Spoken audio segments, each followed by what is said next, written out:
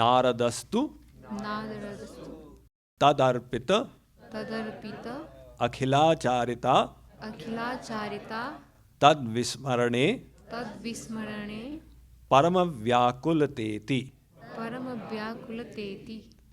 Now Narad ji is giving his own opinion. So Narad ji says, you do anything. It's not that you have to do bhakti in the temple itself. You do bhakti anywhere and with anything. However, do one correction. Whatever you're doing, you offer it to God. In other words, do everything in the spirit that I am doing it for the pleasure of God. Very often people have this concept that spirituality is something you do in the temple for half an hour and it has got no relevance to your daily life. So they will do puja for half an hour and when they come out they will start shouting at everybody. That's all right. My puja is inside. Outside what I do, how does it matter? That's not the concept of spirituality. Spirituality should reflect in everything that we do. Spirituality involves changing our complete life. That is what Sri Krishna has asked us to do. Yat karoshi yadashnasi yad juhosi dadasi yat tapasyasi kaunteya tad kurushva madarpanam. He says, Arjun, whatever you do it as an offering unto me. Let us say that somebody has to eat. Now, everybody has to eat. But how do you do it in the spirit of offering? Request Sri Krishna to accept this, to eat this, and then after that, you eat it as his remnants, as his prasad.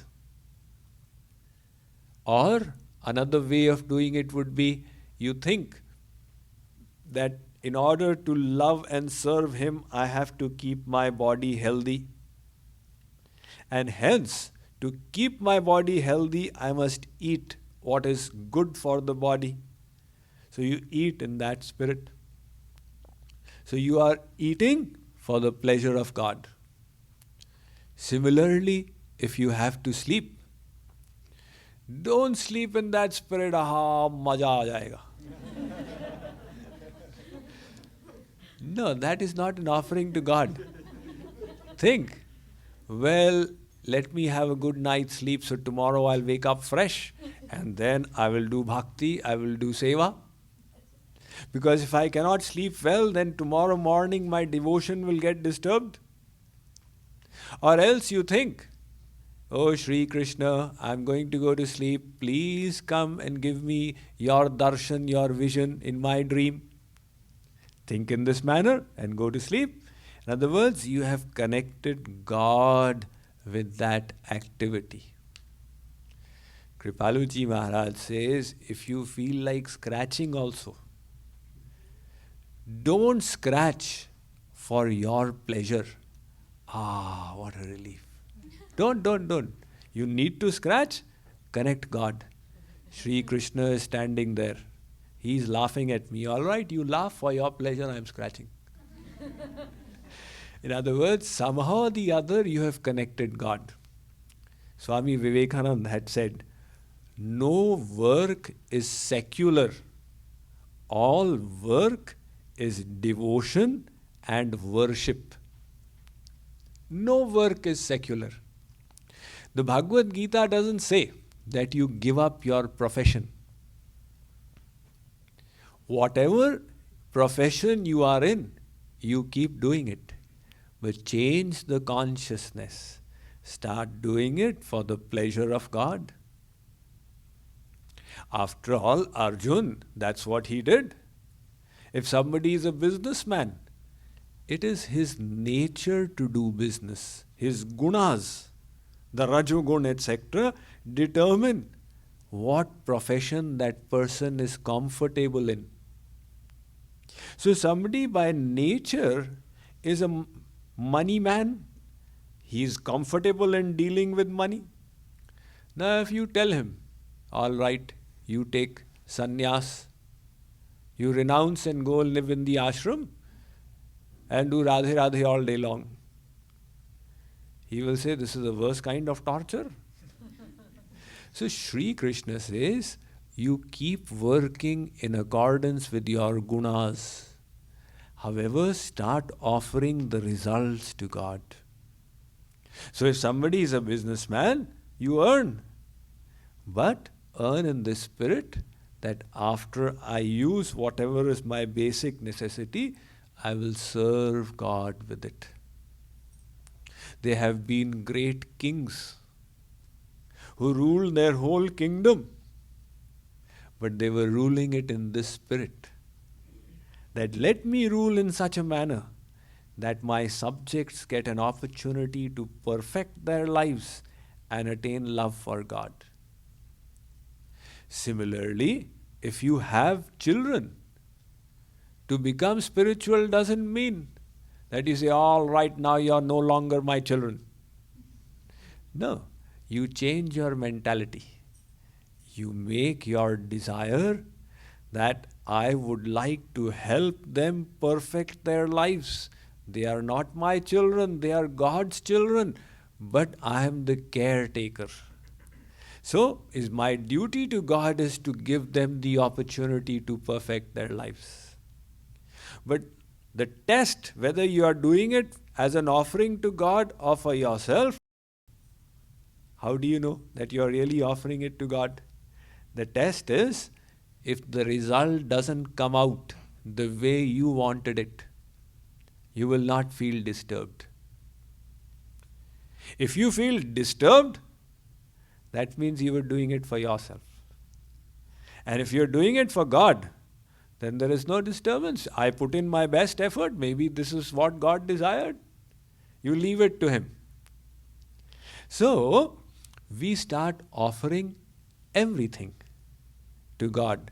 This bhakti is such an amazing thing. You can do it with every activity. And number two, you can do it with every material. Patram, pushpam, phalam, toyam, yo me bhaktya prayachati tadaham bhaktyupahritam ashname prayatatmanah. 26th verse of the 9th chapter. Arjun, if you have a flower, you offer that to me. You don't have any flowers, you've got a fruit, offer fruit to me. You don't even have any fruits, you must be having some leaf. You can please me simply by offering that leaf. If you don't even have leaf, you must have water. Just take a little water and offer it. I will accept it, provided it is offered with love. So bhakti is that love, and with that love you can offer anything to God, any material, any activity, and in any place. There is no constraint of place either. That do I have to sit in the temple and then do bhakti? Absolutely not. You can do it anywhere. There is a story that Chaitanya Mahaprabhu, he instructed his disciples to keep on saying, always chant the name of God. Hare Ram, Ram Ram, Hare Hare, Hare Krishna, Krishna Krishna, Hare Hare. So one of his disciples did such tremendous practice that when he would go to the toilet, sitting there also he would say, Hare Ram, Ram Ram, Hare Hare, Hare Krishna Krishna Krishna, Hare Hare. Now some other devotee he heard from outside. And when this first devotee came out, he gave him a terrible scolding. He said, what is this? You are sitting in such an impure place and taking the pure name of God. This is an insult. It's a sin committed at the feet of God. Never, you should not do like that. Don't take the name of God in the toilet. Now the poor fellow got really scared. However, his habit was so strong that whenever he would try and control, still from his mouth it would come out, Hare Ram, Hare Ram. So he found only one way of controlling it. Now when he would go to the toilet, he would catch his tongue and then he would walk in. And then he would catch his tongue and walk out. Again another devotee saw this. He went and told Mahaprabhu that what kind of satsangi disciple you have got. He catches his tongue and then goes to the toilet, and catching it he comes out. Chaitanya Mahaprabhu called him. He said, why do you do like that? What's the problem? He said, Mahaprabhuji, on your instructions I practiced saying Hare Ram, Hare Ram. The practice became so deep. When I go to the toilet also I start saying Hare Ram, Hare Ram. But this other devotee, he said, you should not take the name of God in the toilet. Chaitanya Mahaprabhu said, who gave you this principle? You can take the name of God anywhere. God will not be affected by it. God is Pavanam Pavanahanam. He makes the impure pure. He makes the pure even purer. God is not going to get dirtied by the fact that we remember His name in the toilet. Just like the rays of the sun, they fall on a puddle of urine. But does that make the sun dirty? No, the rays purify that puddle. In the holy Ganga, so many dirty drains empty out. The Ganga begins before Gangotri, from a hole in the wall called Gomukh, 19 kilometers ahead of Gangotri. And flowing from there, by the time it reaches Ganga Sagar, it is so many kilometers wide. How many rivulets and drains have merged into the Ganga, but did the Ganga become a dirty drain? Every drain that kept merging into it started becoming Ganga. So Samarath kahu nahi dosha gosai ravi pavak sura sari ki nai. Just like the fire is pure, anything you put in the fire will also become pure. Similarly, God is all pure. You remember Him, He will purify your mind. So there is no constraint that you should not do bhakti in the toilet. Sri Krishna has said, Sarveshu kaleshu mam anusmara. Arjun, remember me always. If we are supposed to remember Him always, that means wherever we go, we should remember God. So, this bhakti can be done everywhere, with every material, in every age. Ambarish did bhakti when he was in the mother's womb. Dhruv and Prahlad did bhakti when they were little children. Dhritarashtra did bhakti when he was an old man close to death. So in every stage of life you can do bhakti. So Narad ji says, what is the symptom of bhakti? That everything you do, you offer it to God. In this way you remember Him. And if by chance you ever forget Him, because right now your bhakti is not totally perfect, it may happen that you forget. The moment you forget, you experience paramavyakulata. Or you experience a strange feeling. What has happened? I forgot Sri Krishna for a moment. This vyakulta, this longing, intense longing, that is also an important symptom of bhakti. This longing keeps on developing as we move ahead in the path. One husband came home from work. He told his wife, I am very hungry. get me food. Wife said, all right, I'm cooking, just wait. After half an hour, he said, I'm really hungry, when is the food coming? The wife said, hold on, I'm cooking. Another 1 hour went by. He said, what's wrong with you? Is the food not going to come? She said, wait a little, I have told you. After 2 hours, he says, have you gone crazy? Where's the food? So he had a longing for hunger for food in the beginning also, but that hunger went on increasing. Similarly, right now, we all have a longing for God. All of you who have come for the retreat, you have a longing. There were so many people who came for the discourse in the city. They are all shrotas.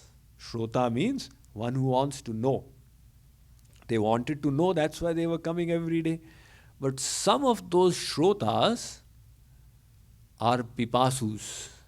They have the hunger for God. They are not satisfied in hearing, they want to experience. Hearing is not going to satisfy all the way. If somebody is hungry and he says, I'm really hungry, you say, all right, this is how samosa is made, this is how rasgulla is made. He'll say, make it and give it to me. So similarly, the person who is pipasu wants to experience God. The hunger for God has awoken. So those who have come for the retreat are definitely pipasus. That's why you made it here. But as yet, that yearning, that longing for God is not sufficient. That longing needs to be increased. There was the Sufi saint Farid. When somebody would go to him and ask him, how will we meet God? He would take him to the river and push him in the water. When that person would be almost like suffocating from lack of breath, he would release him. He would come out. Sant Farid would ask, what happened? If you had left me in the water 1 more second, I would have died. Farid would say, that is the answer to your question. You said, how will we meet God? When your longing for God increases so much that you feel, now if I don't meet Him, my life heirs will leave the body. That longing is what will make you meet Him. In other words, that longing is the thing that God wants. All the sadhana that we are doing is to develop that intense longing for Him. Through your sadhana, you cannot reach God. He is divine. Through your sadhana, you can create a genuine feeling for Him. There was once a father, his son fought with him. And he went off. I don't need my father, I will stand on my own feet. Now he tried here, he tried there, he failed in his business and totally flopped. He became a beggar. He was living at a distance from the father's house, under a tree, homeless and hungry. Somebody came and told the father that, listen, your son is living there homeless and hungry. 3,461 steps from your house. Now the son may reject the father, but the father doesn't reject the son. You go catch his hand and bring him back to your house. The father said, let him take 1 step to me, and the remaining 3,460 steps I will take. The people said, if you are willing to take 3,460 steps, why are you putting a condition of 1 step? You take 3,461 steps, catch his hand and bring him in. Why this condition of 1 step? He said, I am willing to take 3,461 steps also. But what's the guarantee that he will want to come with me? Let him express his desire that he wants to come, the rest I will do. Similarly, God says that I am willing to release you from Maya in a moment by my grace. But what is the guarantee you will want me? You create a genuine desire for me. The rest I will do.